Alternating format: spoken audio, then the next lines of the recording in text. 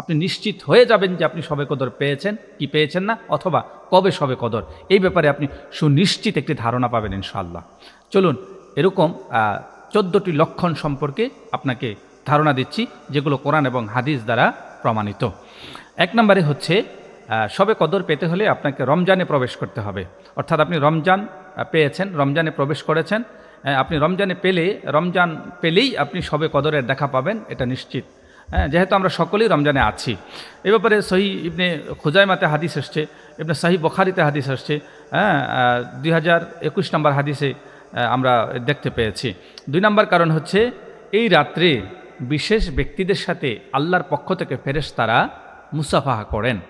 তো মুসাফাহা করেন এই ব্যাপারে যারা শবে কদরকে তালাশ করে থাকেন, শবে কদর পেয়ে যান, তারা যখন রাত্রিতে যখন তারা জেগে থাকেন এবং বিভিন্ন আমল করেন, এই রাত্রিতে তখন তারা আমলের সাথে সাথে তারা এই ফিল করেন যে তাদের সাথে আল্লাহর পক্ষ থেকে ফেরেশতারা জমিনে আসেন এবং তাদের সাথে সাথে মুসাফাহা করে তারপরে চলে। সহিহ মুসলিমের 662 নং হাদিসের ভিতরে আল্লাহর হাবিব সাল্লাল্লাহু আলাইহি সাল্লাম এই ব্যাপারে বলেছেন যে বিশেষ ব্যক্তিদের সাথে আল্লাহর পক্ষ থেকে ফেরেশতারা এসে মুসাফাহা করেন।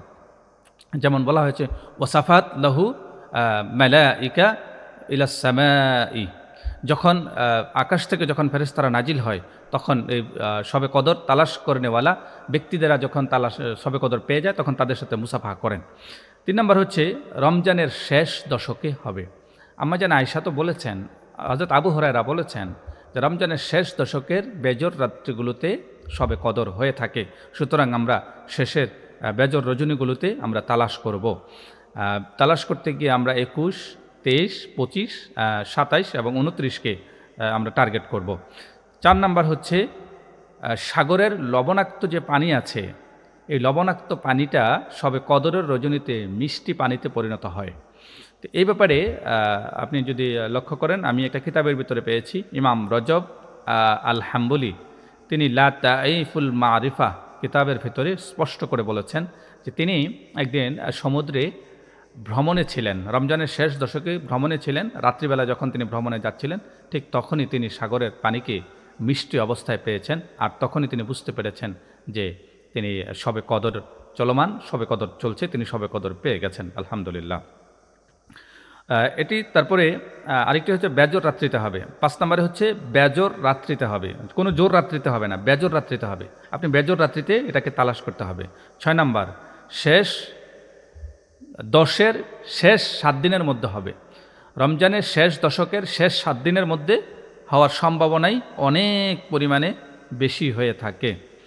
এবং 7 নম্বরে হচ্ছে, আপনি যদি দেখেন, এটি নীরব এবং নিস্তব্ধ হবে। এই রজনীটি হবে নীরব, নিস্তব্ধ এবং একেবারে সুচারু একটা সুন্দর রজনী হবে, প্রশান্তিমূলক একটি রজনী উদযাপিত হবে।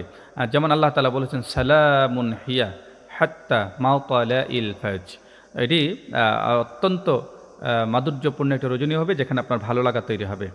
তারপরে 8 নম্বরে হচ্ছে, কদর আপনি যে চাচ্ছেন এটা পরিবর্তনশীল। এটা কোনো বছর যদি 21 তারিখে হয়, রমজানের শেষ দশকের 21-এ যদি হয়, পরবর্তীতে এমনও হতে পারে 23-এ হবে, আবার এমনও হতে পারে 25-এ হবে, আবার এমনও হতে পারে 27 কিংবা 29-এ হবে। তো এই বিষয়টা সম্পর্কে অবগত থাকতে হবে।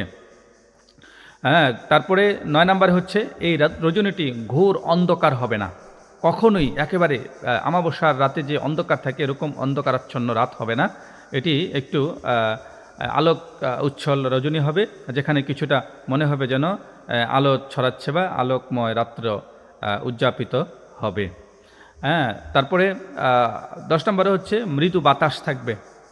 এটিকে আনতাতলাউ শামসা ওয়ালা তাকুহা, এখানে বলা হয়েছে যে এটি শুধুমাত্র একেবারে মৃদু বাতাস এবং কিছু নাতিশীতোষ্ণ একটা পরিবেশ, যেখানে মনে হবে যেন এসি ভাব, এরকম একটা, না ঠান্ডা না গরম, এরকম একটা পরিবেশ আল্লাহ তাআলা দিবেন। 11 নম্বরে হচ্ছে, পরদিন সূর্য উঠলে সূর্যের ভেতরে যেই তেজস্ক্রিয়তা থাকে, এই তেজস্ক্রিয়তা থাকবে না। 12 নম্বরে হচ্ছে, যে কোনো ইবাদত আপনি যখন করবেন, আপনি ইবাদত করতে গেলে আপনি যখন ইবাদত শুরু করবেন, আপনার ইবাদতের ভিতরে শান্তি, প্রশান্তি, আনন্দ, ভালো লাগা, ভালোবাসা, এবং আপনি শুধু ইবাদত করতেই মন চাইবে, মনে হবে যেন আমি আরও ইবাদত করি, মনে হবে যেন আমি আরও ইবাদত করি। তিনি ইবাদত করতেই থাকবেন, কিন্তু আপনার কোনো রকম পরিশ্রম বা খারাপ লাগা কিংবা শুধু ভালো লাগাই তৈরি হবে। এবং এই রজনীটি 13 নম্বরে হচ্ছে যারা খুব বেশি পরিমাণে আকাঙ্ক্ষায় থাকেন তাদেরকে আল্লাহ তাআলা বিশেষভাবে স্বপ্নের মাধ্যমে এই রজনী সম্পর্কে অবগত করে থাকেন, স্বপ্নের মাধ্যমে ধারণা দিয়ে থাকেন। 14 নম্বরে হচ্ছে হালকা বৃষ্টি হবার সম্ভাবনা থাকে। হালকা বৃষ্টি, আনজালনাহু ফিস সামাই মাআ, তিনি আকাশ থেকে বৃষ্টি বর্ষণ করবেন এবং বৃষ্টি বর্ষণের মাধ্যমে এই 14টি লক্ষণ আপনি যদি মোকাবেলা করতে পারেন, যদি দেখেন যে এরকম কোনো মোকাবেলা হয়েছেন, সাথে সাথে আপনি বুঝবেন যে আপনি শবে কদর পেয়েছেন। আল্লাহ তাআলা আমাদের সকলকে শবে কদর নসিব করুক। ধন্যবাদ। আসসালামু আলাইকুম ওয়া রাহমাতুল্লাহি ওয়া বারাকাতুহু।